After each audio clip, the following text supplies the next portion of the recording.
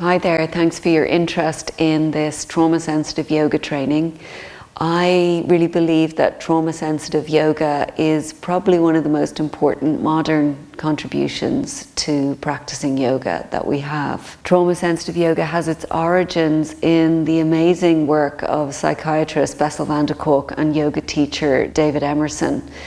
They did countless studies at the Trauma Center in Boston, and they were able to avail of the latest technology in brain imaging, which showed profound transformation in physical parts of the brain when yoga was applied to these vulnerable populations that they worked with. And combining brain imaging with quite a large body of testimony and work, they were able to show consistent findings on how yoga, if offered in a particular way, can be hugely healing for people experiencing trauma.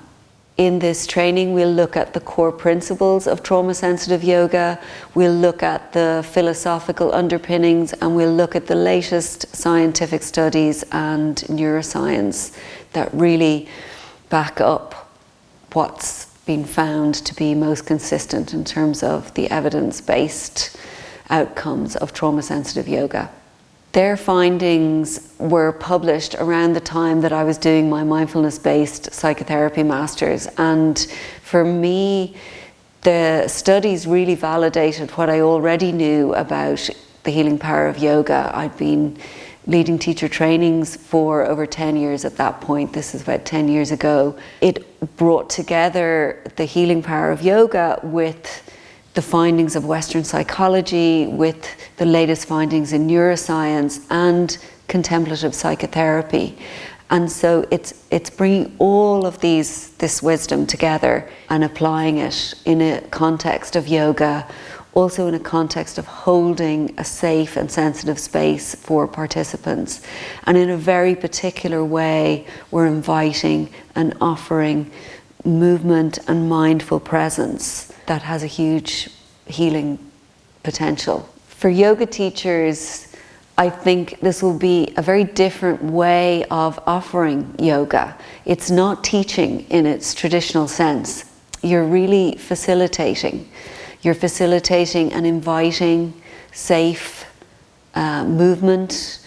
You're learning how to guide awareness to more inner states, to more subtle states, and to remain present and mindful. For counsellors and those of you who might be working in mental health or caring professions, you might be more familiar with trauma, and so for you it might be that you're going to learn more about choices in terms of movement practices, creating a plan around offerings that you might use in a class setting or with an individual that are more body-based. This training is really suitable for yoga teachers, but also for anybody working in mental health or in the caring professions who might have an interest in working with the body. I suppose what distinguishes my training in trauma-sensitive yoga is that I consider how you offer trauma-sensitive yoga in a more vulnerable mental health setting to individuals who might be very actively recovering from trauma.